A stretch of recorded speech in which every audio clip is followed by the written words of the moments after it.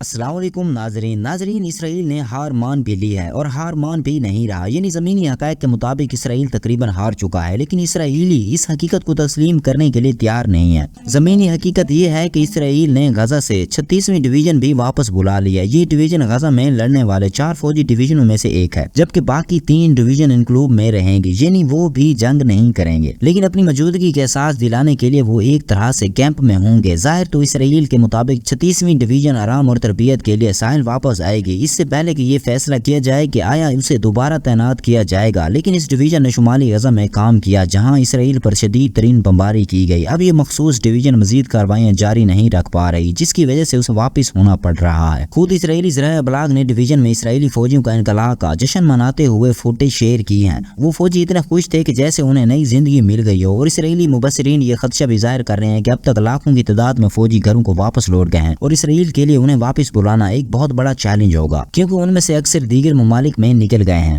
یہ حالیہ اقدامات ایسے وقت میں سامنے آیا جب اس کے اہم اتحادی امریکہ کی جانب سے دباؤ ڈالا گیا کہ وہ جنگ کو کم شدت کی لڑائی میں بدل دے، لیکن خود جنگ میں کود چلا۔ دوستو، اسرائیلی فوج کی نقل و حرکت اس بات کی طرف اشارہ کرتی ہے کہ غزہ کے کچھ علاقوں بالخصوص شمالی نصف حصے میں جنگ کی شدت کم ہو رہی ہے، جہاں فوج کا کہنا ہے کہ وہ آپریشن کنٹرول رول سنبھالنے کے قریب ہے۔ تاہم غزہ کے دیگر علاقوں خصوصاً جنوبی شہر خان یونس اور علاقے کے مرکزی علاقوں میں شدید لڑائی جاری ہے، لیکن اس کے باوجود فوجیوں کا انخلاء اسرائیل کی شکست کی طرف اشارہ ہے۔ اس کا اندازہ آپ اس بات سے لگا سکتے ہیں کہ خود جنگی کابینہ کے رکن میں نتن یاہو کو ایسے ہی کھری سنائی ہے کہ پوری دنیا میں نتن یاہو کی اوقات واضح ہو گئی ہے۔ اسرائیلی میڈیا کے مطابق کابینہ اجلاس میں اسرائیلی وزیر اعظم کوٹ نے کہا کہ وقت بہت تیزی سے ہمارے ہاتھوں سے نکلتا جا رہا ہے، ہر گزرتے دن کے ساتھ اسرائیلی جرگمالیوں کی زندگی کو خطرہ بڑھتا جا رہا ہے، بس بہت ہو گیا، اب ہمیں خود سے جھوٹ بولنا بند کرنا ہوگا، جرگمالیوں کو چھڑوانے کے لیے ہمیں اپنی حکمت عملی تبدیل کرنا ہوگی، ہم ناکام ہو رہے ہیں، ہماری فوجیں ناکام لوٹ رہی ہیں اور ہم ہاتھ پہ ہاتھ دھرے بیٹھے ہیں، آخر کب تک یہ سب چلتا رہے گا؟ کیا ایک غیر منظم فوج کو ہم اجازت دیں کہ وہ دنیا کی طاقتور ترین فوج کو مار کے شکست دے؟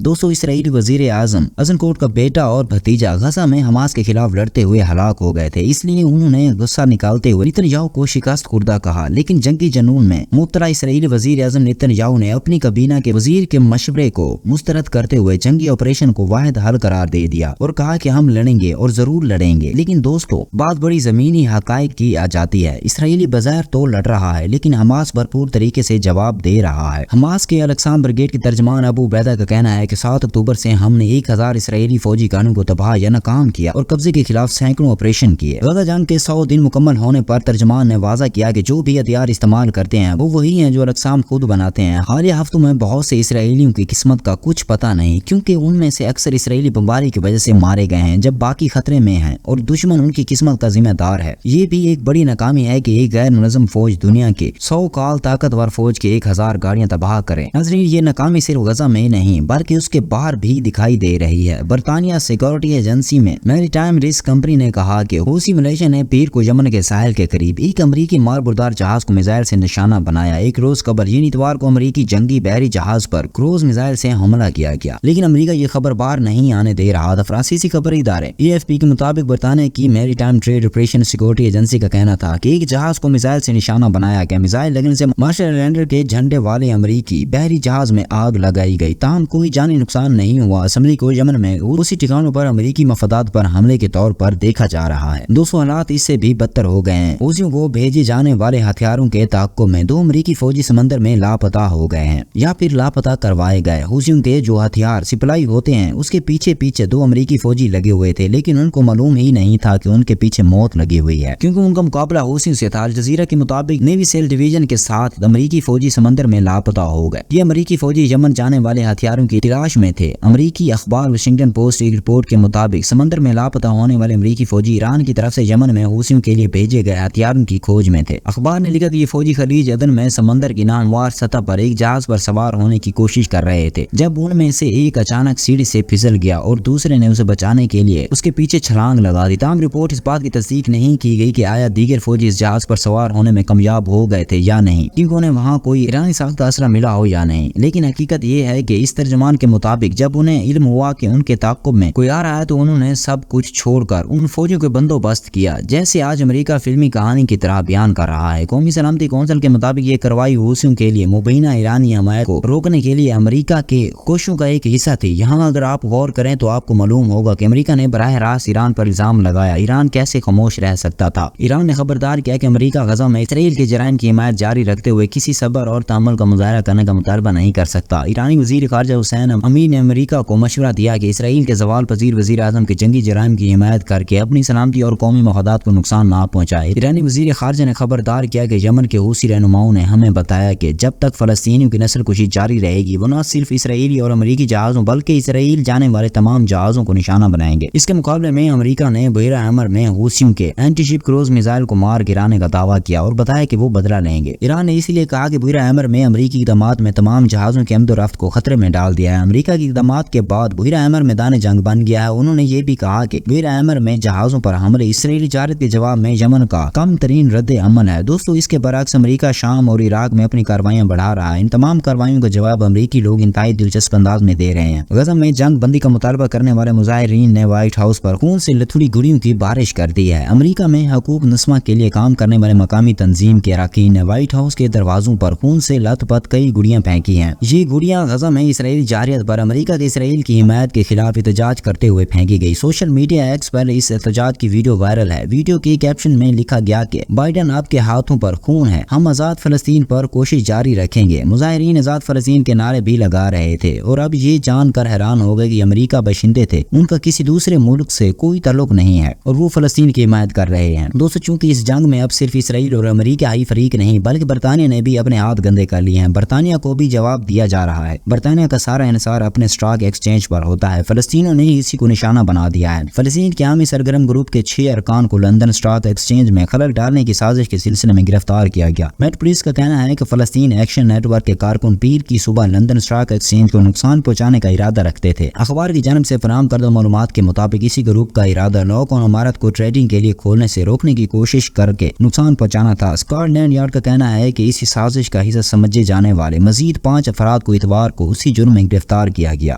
دوستو، آج کے لیے اتنا ہی۔ مزید خبروں اور اپڈیٹس کے لیے ہمارے ساتھ جڑے رہیے۔ تب تک کے لیے اللہ حافظ۔